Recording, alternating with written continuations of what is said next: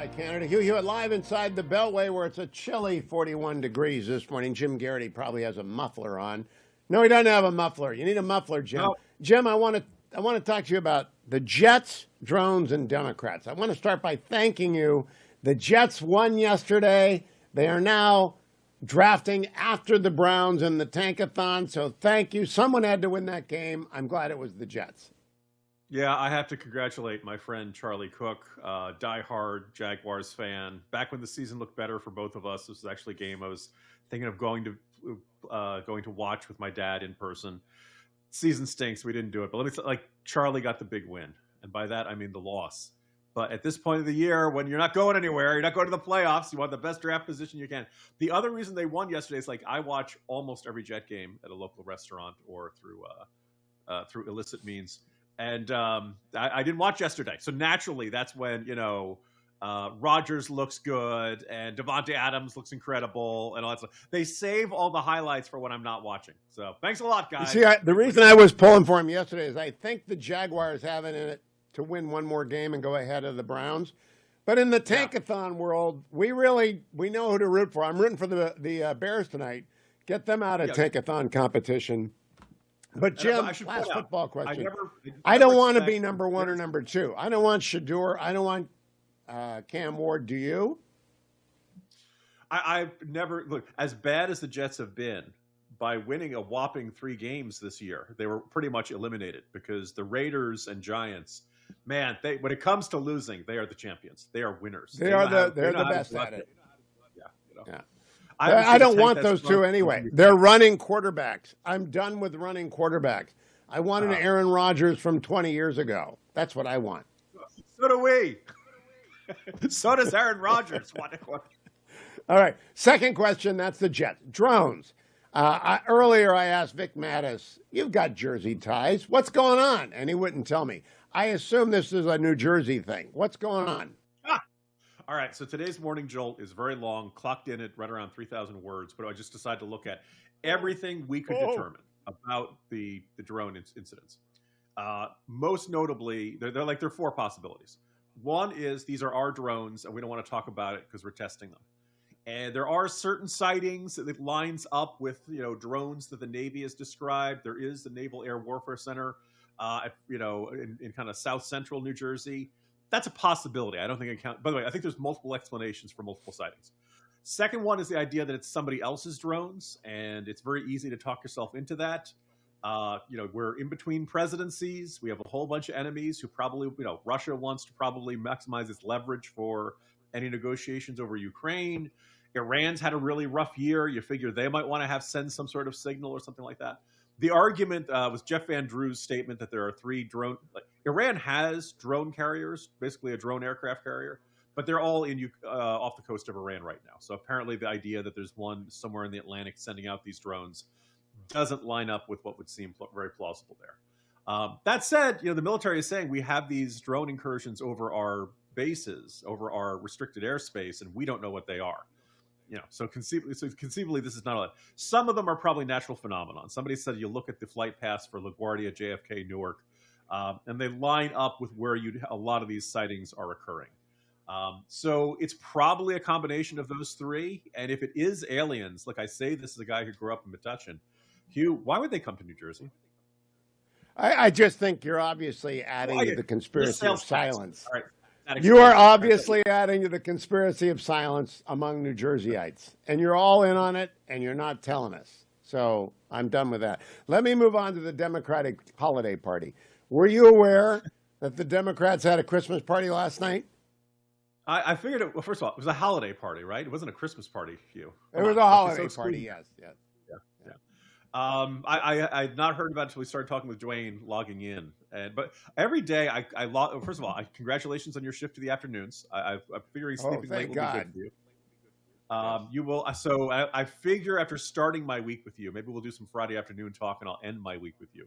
But I always think I'm prepared for this show. And all right, now here is Kamala Harris giving you just a French kiss bit of her to take with your back to California. Cut number 20, please. Our spirit is not defeated. We are not defeated. Let's be clear about that. We are strong. We are clear about why we are in this. And because you're here right now, I say, again, thank you, because not only are you clear about all of that, you're willing to put in the hard work. And that work must continue. We cannot let any circumstance or situation or individual ever take away our power to know why we do what we do and our ability to then get that work done. And especially because we know what we stand for, and that's why we know what to fight for. We here believe in the promise of America. Thank you, General Pickett. What did you make of that, Jim Geraghty? Hugh, did I hear her correctly that we're not going to let any individual take away our power? Yes, you did. The sitting vice president said she's not going to let any individual. That sounds kind of insurrection-y, doesn't it? Isn't this kind of resisting the legitimate transfer of power? Yeah. I actually just think it's a condensed look to why she lost after spending $1.5 billion and not closely. Well, it's why she lost every county. Every county in America was more Republican than Democrat than 4 years ago. And that is why, right there. There's that. I realized you could not go out and do The Simpsons. Kids, you tried and you failed. And the lesson from this is don't try. But I figure there's some, like the subtext of this, in an important way, we are not defeated. But in an even more important way, we really were defeated. And that's the lesson we should take. Look, I realize it's a really tough job to go out there and say Democrats. So I lost every swing state, as you mentioned. Every county was more Republican than it was 4 years ago. There was not we lost the Senate. We were close in the House, but we lost that. We lost, the governorships didn't change, but we lost the more state legislative seats. It was a top to bottom defeat. There is no silver lining.